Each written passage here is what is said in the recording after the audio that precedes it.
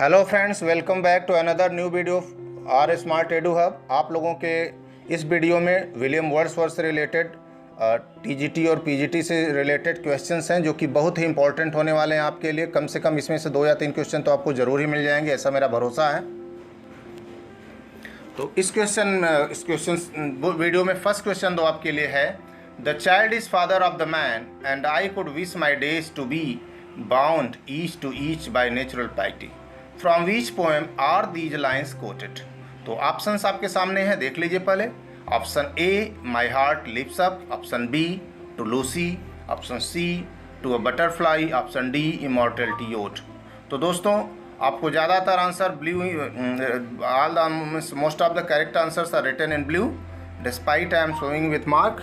आप देख लीजिए, आपका ऑप्शन ए इसमें करेक्ट है। This very famous quote is from my heart lifts up. Second question है दोस्तों, me this uncharted freedom tires I feel the weight of chance desires. From which poem are these lines quoted. तो first option is A, लाउडेमिया। Second option is B, the leech gatherer. C, Michael. D, ode to duty. Ode to duty is written in blue, so you can understand this is going to be your correct answer. Ode to Duty. This very famous quote is from Ode to Duty. Wordsworth. Question number 3. Wordsworth Prelude is a option A, philosophical poem. B, metaphysical poem. C, autobiographical poem. And D, historical poem. तो दोस्तों आपको option तो clear ही हो गया होगा, जैसा कि written in blue. Option C is correct here. It is actually semi autobiographical poem, right. Option C is correct here. Next question, the river Duddon sonnets are written by. Who is the author who has written this sonnet series? The name is river Duddon. It well known sonnet series of poetry. This is one. First one is John Milton. Second option B, William Shakespeare. Option C, Herbert Spencer. And option D, William Wordsworth. अब तो को clear ही हो गया होगा which option is correct here as it is written in blue, और that option is option D, William Wordsworth. It is well known sonnet series, river Dudden sonnet and William Wordsworth. Question number 5, Tintern Abbey is his very famous poem is Tintern Abbey. It is what type of poem is it? A dramatic monologue, a dramatic lyric, a dramatic epic? No, none of these. Actually it is in a monologue style, but it is a dramatic lyric.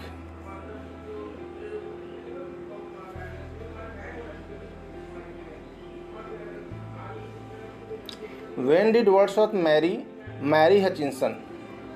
When did Wordsworth marry Mary Hutchinson?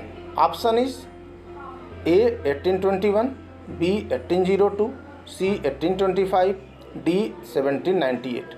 So you know he married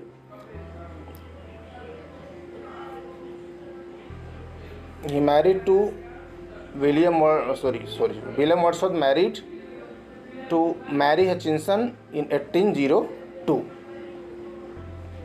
So your option B is correct here. Option B is correct here. Next, which college did Wordsworth attend? He studied in one college. Studied one college where? Christ College, St. John's College, St. Andrews College, and D, St. Patrick College. So as option B is written in blue, you can understand this option is correct. The Wordsworth attended St. John's College, Cambridge. Clear? Next question, what is rare about the solitary reaper?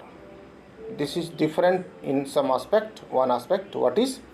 Option A, it takes place in Scotland. It's not unique, it's very clear, setting is there. B, it is about beautiful girl. It is about a beautiful girl, sorry.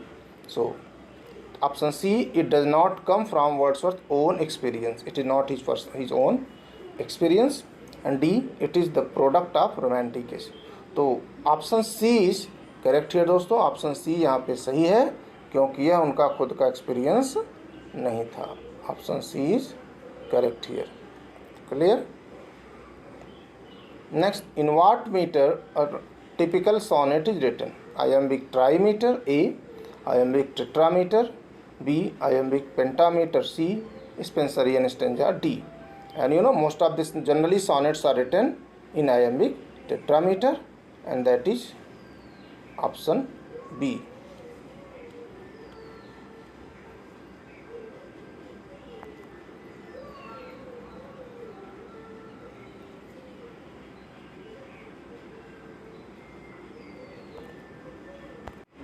Next, Wordsworth was inspired to write upon Westminster Bridge when he was traveling with. Actually, this question is about जब वो Westminster bridge को लिखने के लिए inspired हुए थे उस समय वो किसी के साथ ट्रैवलिंग कर रहे थे और किसके साथ उनकी ट्रैवलिंग जारी थी. तो option B is correct. He was travelling with his sister name Dorothy, you know well known name. Next, question number 12. Wordsworth write we are seven with, किसके साथ मिलकर उन्होंने इस क्रिएशन को दिया था? तो that was first option A William Blake, second option B P Shelley, C John Milton and D Coleridge. तो as it is written in blue you can understand Coleridge के साथ मिलकर उन्होंने इसे लिखा था. Next question, who gave the romantic period the title of, sorry यहाँ आप 2 बार हो गया, please ignore it, the renaissance of wonder in poetry, किसने इस टाइटल को दिया था? तो it is very clear. Option A William Wordsworth, option B professor Herbert, option C Theodore Watts Dunton, option D Charles Lamb. तो option C is correct here. Theodore Watts Dunton ने कहा कि जो रोमांटिक पीरियड था यह the renaissance of wonder था. It was full of wonderful events. Question number 13. Romanticism stands for, romanticism stands for, actually यहाँ पे हाइफन हो गया है. ऑप्शन ए इनफॉर्मेलिटी, option B regulation, option C authority, option D regimentation. तो आपको यहाँ ध्यान देने की ज़रूरत है. Option B is option A is correct. Romanticism stands for informality. बहुत ज़्यादा वहाँ पे क्लासिकल रूल्स फॉलो नहीं किए गए थे, टोटली इनफॉर्मल था. Strict rules formulation was not there.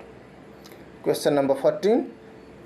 Dust as we are the immortal spirit grows like harmony in music there is dark. एक is from means from which poem it is written taken? तो option A the prelude book 1, option B Tintern Abbey, option C immortality ode, option D none. तो it is very clear, option A the prelude book 1. This well known quote is from the prelude book 1. Next, but Europe at that time was thrilled with joy. France standing on the top of golden hours is about, किसके बारे में एक quotation उन्होंने दिया है? तो the period of, option A the period of the French revolution, B the period of discovery of new lands, C the beginning of the industrial age, D none. तो आपको पता होगा कि यह this well known quote is for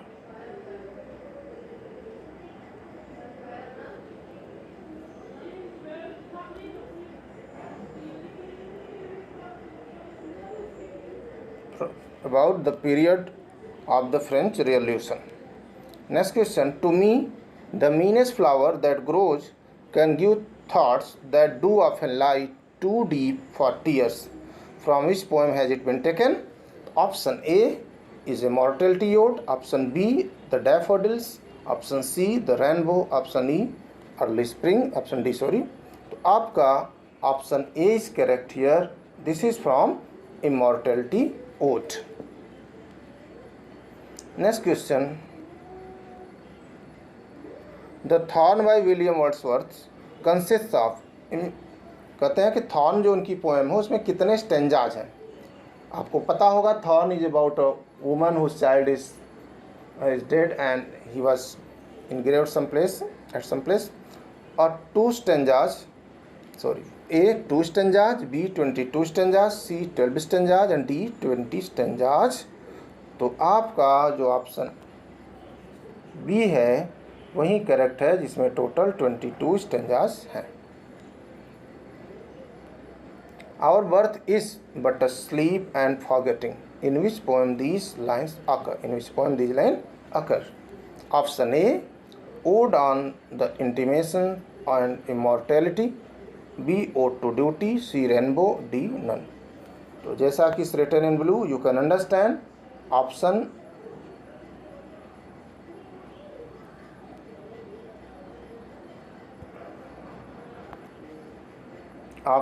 A is correct. An ode on the immortality and intimation and immortality. Option A is correct here. Next question. Wordsworth preface to the lyrical ballads was. आपको पता है कि Wordsworth का जो lyrical ballads था, words और Coleridge दोनों का मिला के, तो इसमें फर्स्ट पब्लिकेशन था 1798 में, 1798, in which Coleridge wrote 4 poems and Wordsworth wrote 19 poems, total 23, and it started with Coleridge's poem Rime of the Ancient Mariner and ends with Wordsworth poem. तो किसे कहते हैं? A separate supplement to the lyrical ballads, the preface to the second edition of the lyrical ballads, the preface to the first edition of the lyrical ballads, and a rejoinder to Coleridge Biographia Literaria. तो आपको clear ही हो गया होगा, option B correct है। और ये भी ध्यान देने की बात है कि जो preface to the second edition of the lyrical ballads जो 1800 में पब्लिश हुआ था उसे ही कहा जाता है, राइट।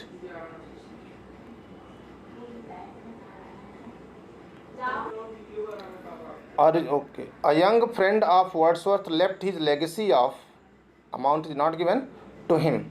तो कितना अमाउंट उनके लिए छोड़ा था, उसका नाम था, आपको बता देंगे भी। तो option A 900 pounds, option B 400 pounds, option C 600 pounds and option D 1200 pounds. तो करेक्ट आंसर आपको पता ही हो गया होगा। रेजले कलवर्ट जो थे उन्होंने उनके लिए परहैप्स 1797 में परहैप्स 900 पाउंड उनके लिए छोड़ा था, राइट। तो this answer option A is correct. So दोस्तों, I have made this video very carefully. If there is any minor mistake, please ignore it and take care of yourself.